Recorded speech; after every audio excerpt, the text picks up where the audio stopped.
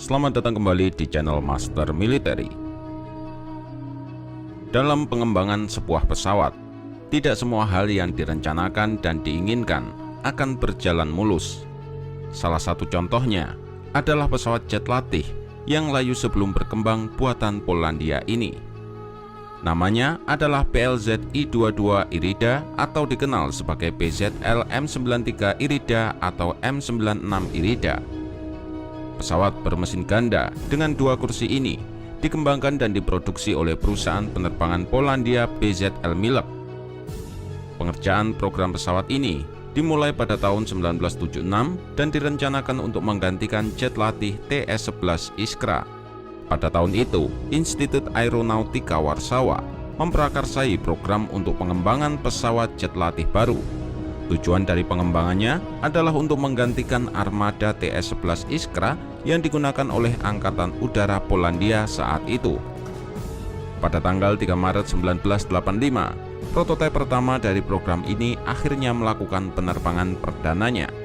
Pesawat pertama dari prototipe ini ditenagai oleh sepasang mesin PZL-5, sebuah mesin turbojet yang sudah cukup tua, sehingga dianggap kurang bertenaga dan hanya dimaksudkan sebagai mesin sementara untuk prototipe ini sembari menunggu penyelesaian mesin baru yaitu K-15 yang direncanakan akan digunakan. Keberuntungan pun memihak pada pesawat baru ini, karena setelah revolusi 1989, Polandia memperoleh akses yang lebih terbuka untuk kerjasama dengan berbagai negara. Kemudian beberapa komponen Irida diambil dari Inggris dan juga Prancis, seperti kursi lontar yang mengadopsi Martin Baker Mk-10 Inggris dan avionik dari perusahaan aeronautika Prancis yaitu Sagem.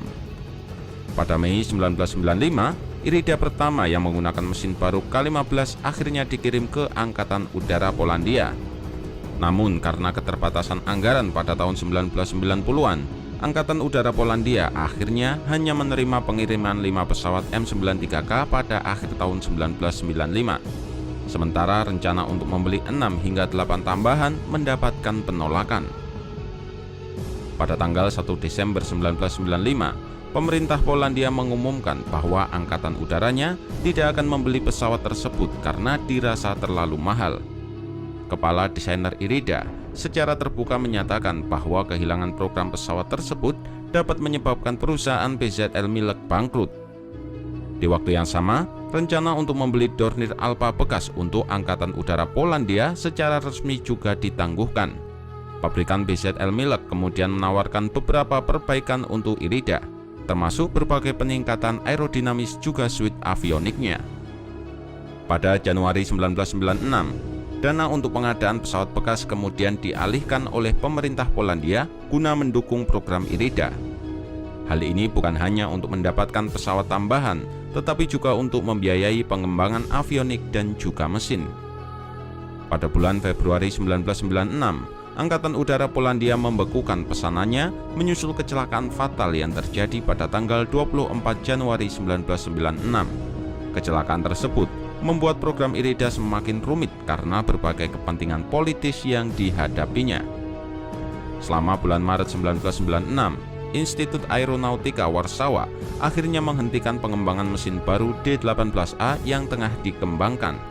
Namun, Irida masih mendapatkan peluangnya, karena pada bulan April 1996, program ini secara resmi dilanjutkan karena adanya 6 unit pesanan baru dari Angkatan Udara Polandia, dan diselesaikan 1 tahun kemudian dengan paket avionik baru dan peningkatan aerodinamis.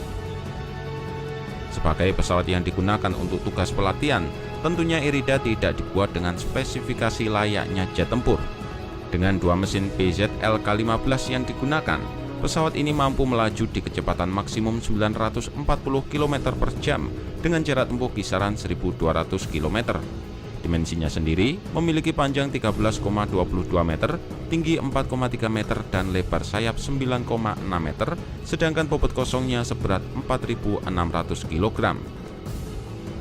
Hubungan renggang antara pabrikan PZL Milek dengan Kementerian Pertahanan Polandia telah dimulai sejak pertama kali penerbangan Irida pada tanggal 3 Maret 1985. Karena pengembangannya yang dirasa berkepanjangan dan juga mesin turbojet PZL K-15 yang tidak kunjung terselesaikan.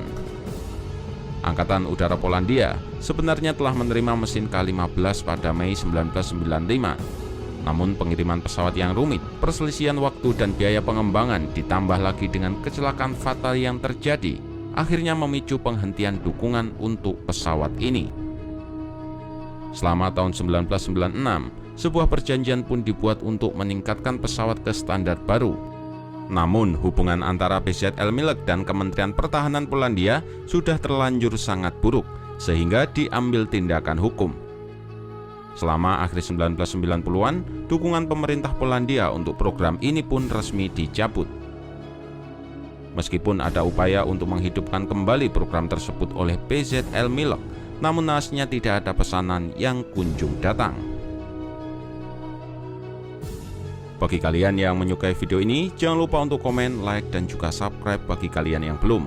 Terima kasih bagi kalian yang sudah menonton video ini mulai awal hingga akhir. Saya Master Military dan terima kasih.